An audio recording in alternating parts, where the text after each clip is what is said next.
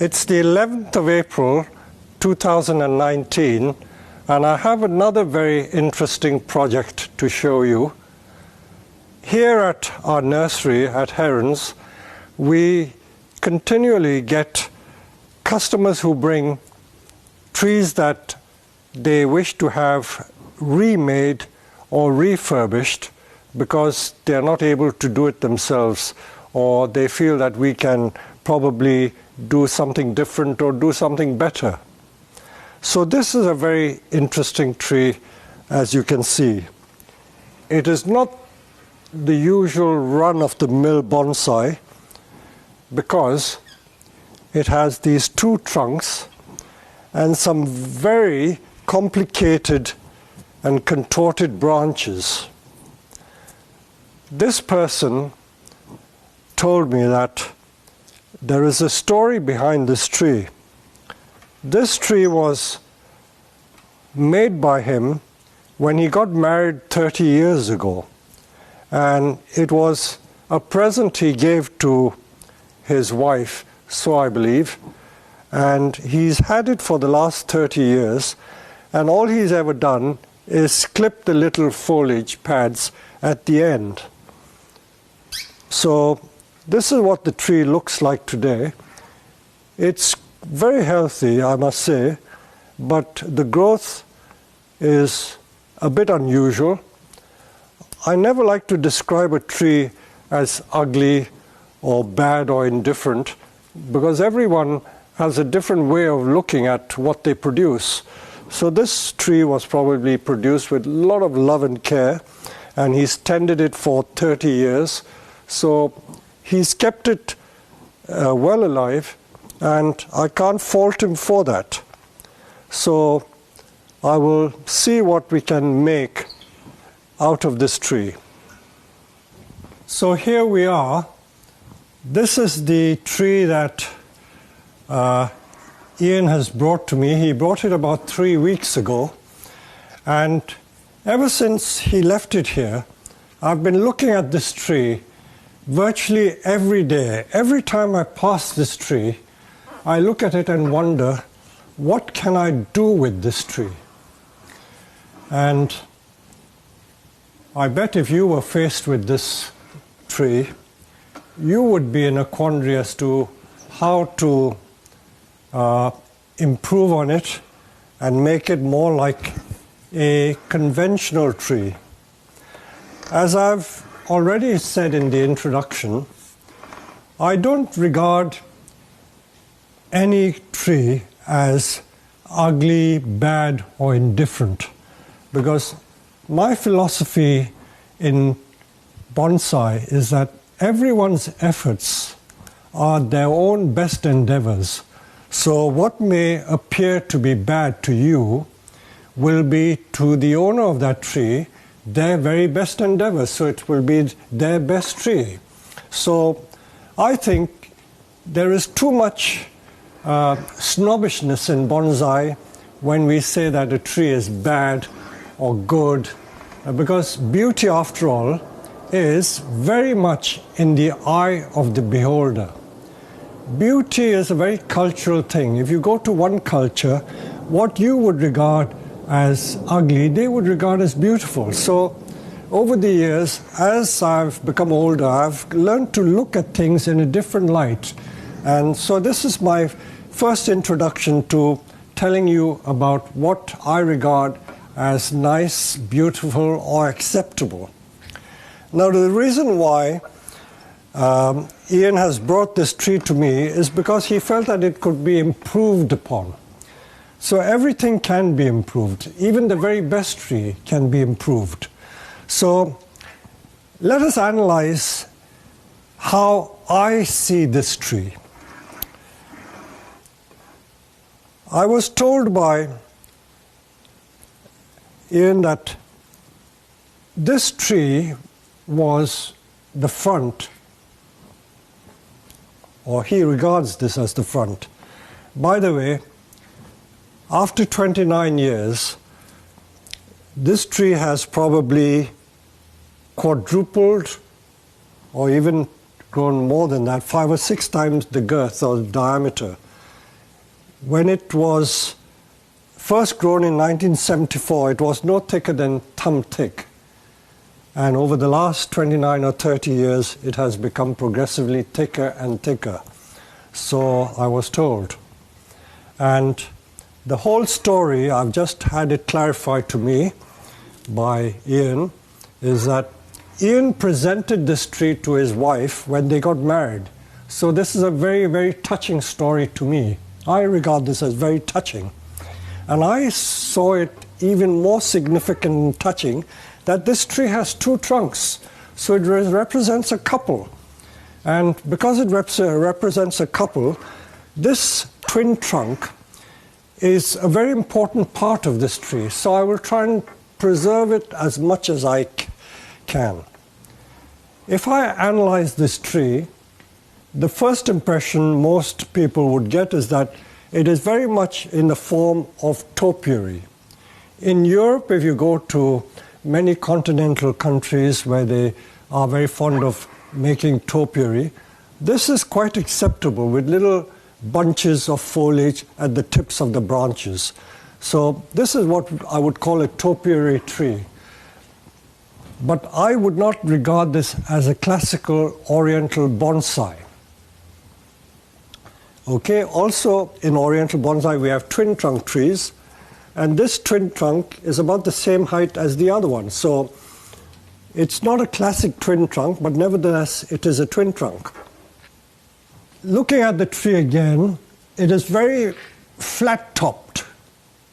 It doesn't have a triangular shape, which most bonsai trees should have. So I need to correct that. Also, when you analyze a tree, you have to find the front of the tree or the back of the tree. The fact that it's planted in this rectangular pot like this means that Ian always regarded this as the front, and I can see why. If you look at this, this is also possible, but it's got a slight in curve there. This also shows the in curve even more. So it is what we call not a good base, not a good spreading base. If I turn the tree even more, I find that there is a bit of scar and damage here. And that makes the tree very, very interesting. So what was the side of the tree over here? I see potential here as being a possible front. So if we work with this as the front, it could be a possibility. It looks very nice. It's nice and spreading here, and the branches are evenly spread. You have 2 branches here, one on either side. And if we just turn it slightly, tilt it a bit, it could be made to look like this.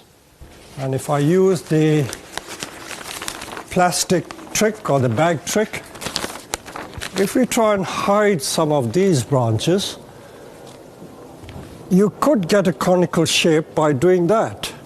Can you see? This is the conical shape, and that's the conical shape. So that would be acceptable. So that is one possible solution. Without cutting much, we would just do that, and you would get that effect. But if you wanted the full benefit of this, I would be hiding the twin trunk, which somehow would be wrong. So I'm in a quandary. So this was a possible front which I've marked. So that is one possibility. If I want to show the 2 trunks as much as possible, I will have to turn the tree somewhere like that,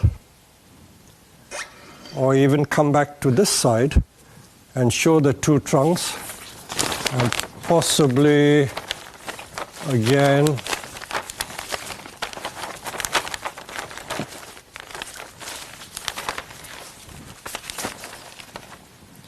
if we hide it like that, make that conical, make that driftwood, you could get that effect, the conical effect, maybe eliminate some of those back branches and make this driftwood. So that is another possibility. But I studied this tree quite a bit, and I decided that the best solution would be to use this as the front where I can see the full beauty of the two trunks. And I can still get the conical shape. I will have to tilt the tree backwards a little more so that I appreciate the trunk much more. I will just prop it up with another piece of stone to make it more stable. So if I put the tree like this, I could get that effect without removing very much at all.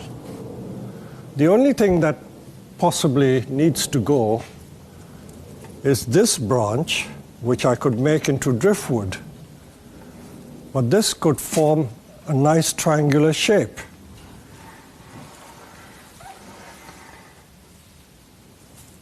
So I would pot it at a slightly different angle. So, because this is clouding the front, let's begin by doing a bit of gin here and see if we can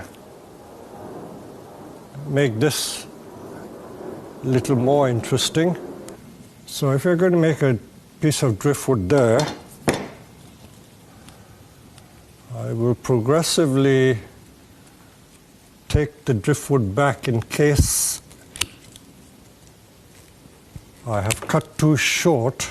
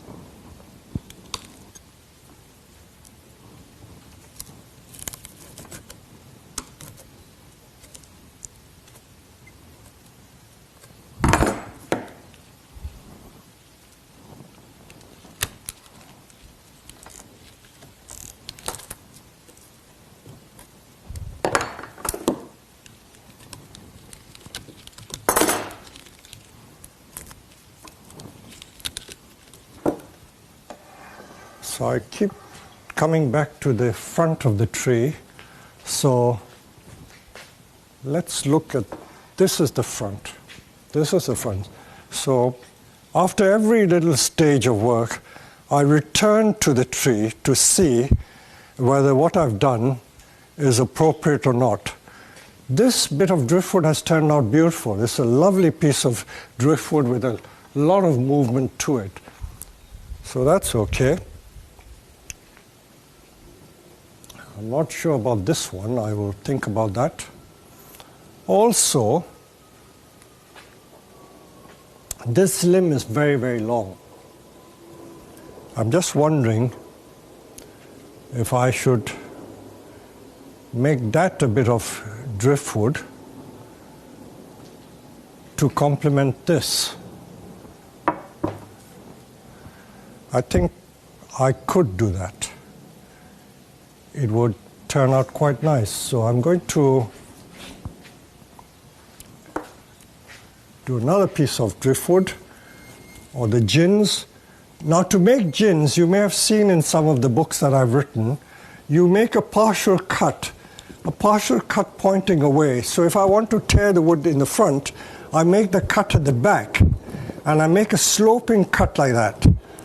Sloping cut about half or 1/3 of the way into the branch or the trunk thickness,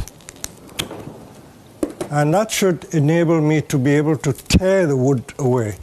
So here comes, I'm going to crack it and I'm going to tear it like so. So I can cut that off, and with the gin pliers I can roll that wood back.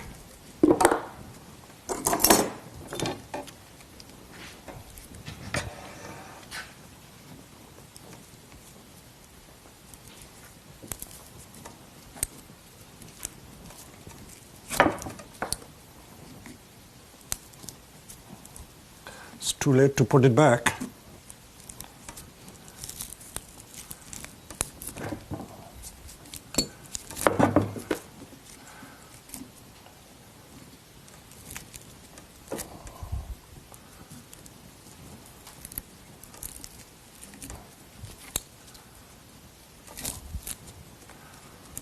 Driftwood is usually best done on coniferous trees or evergreen trees like this.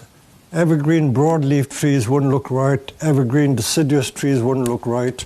If you do it to a tree like a maple, just make the hollow trunk, but don't make it white, just paint it black, because you do get trees that have had hollows in it.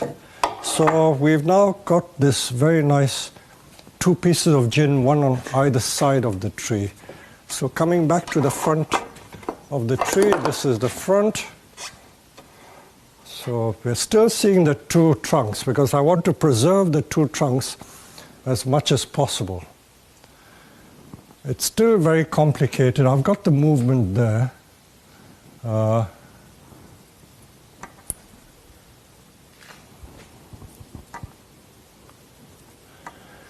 Now I can bring that down a little bit, and I can probably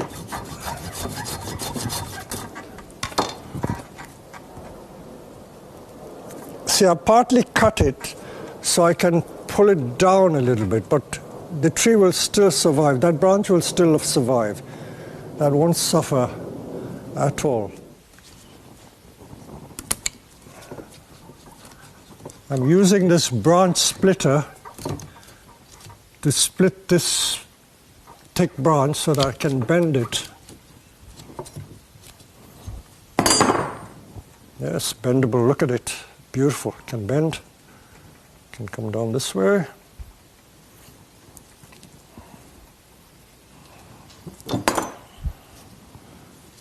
We'll split this as well.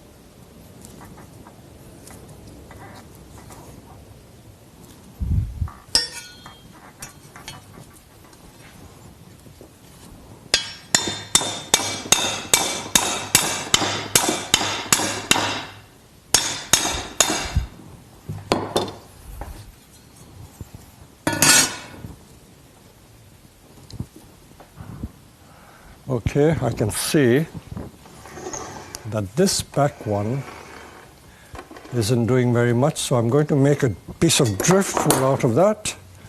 So this will be made into another gin.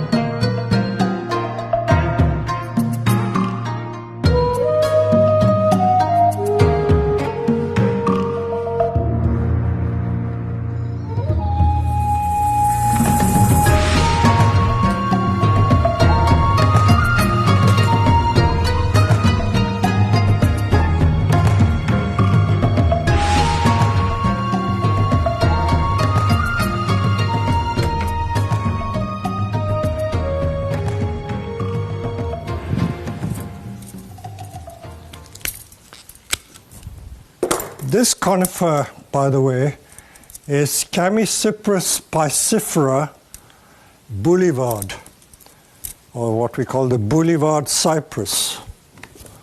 Very popular species that was used a lot in the 70s,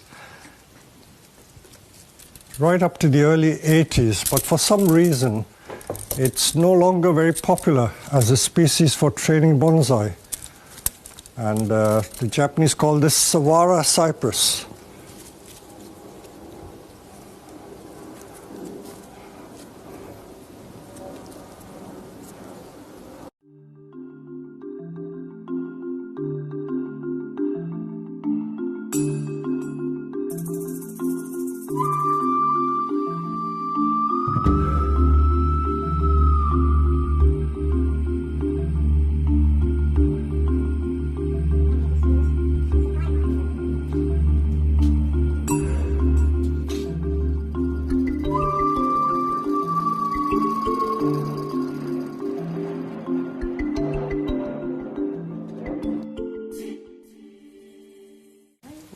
We will now look at the roots and repot this tree, as it's only early April and conifers are quite safe to repot in April and even early May. It's still early spring. We will have a look at the roots, and I think I can safely repot. So let's take it out of the pot and see what is going on inside.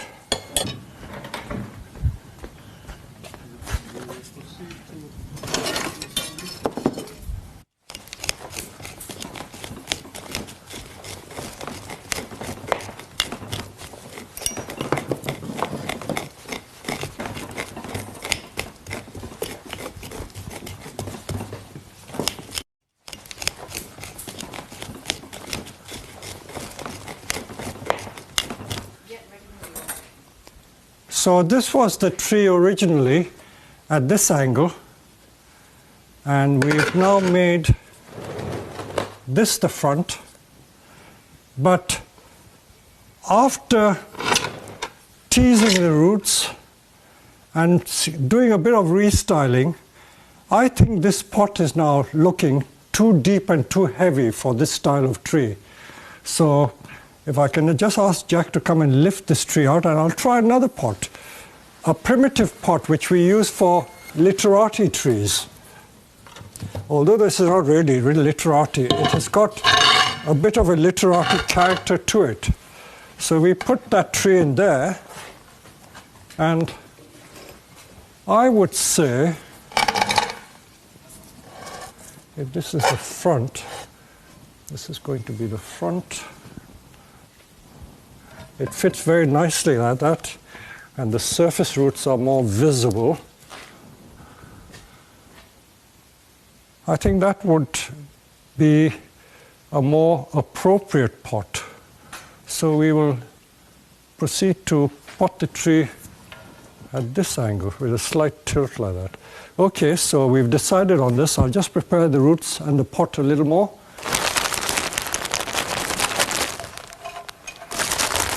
When I repot, I always put some sphagnum moss because I believe it stimulates growth more easily.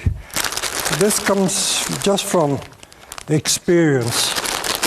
And those of you who grow Satsuki azaleas will know that we always mix sphagnum moss with the Kanuma soil.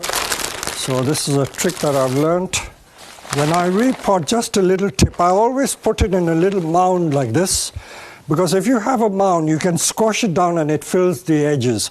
If you leave it flat, there could be hollows that you can't fill underneath the root ball. So starting with a mound is a good little trick. And then we will just grind it down. So if Jack comes and gives me a hand, if we just put it on there.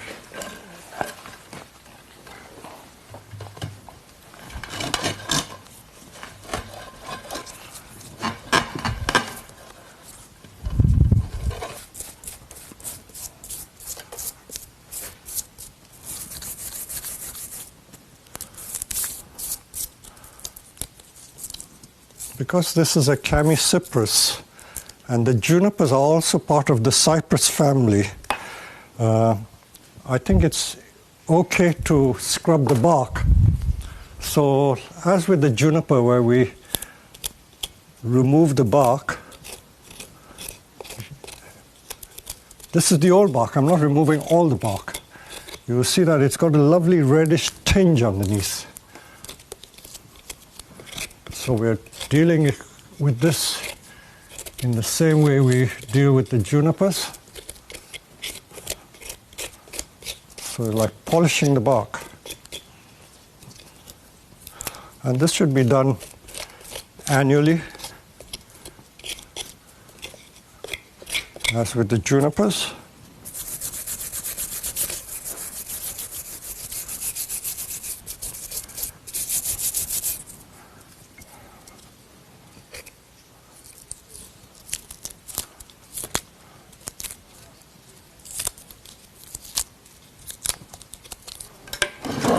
You see the lovely red color underneath.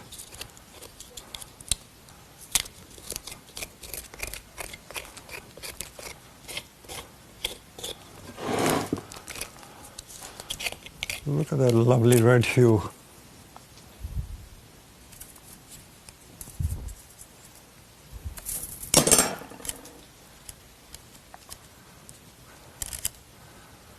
I think if you just give it a year, and then this branch will assume that position.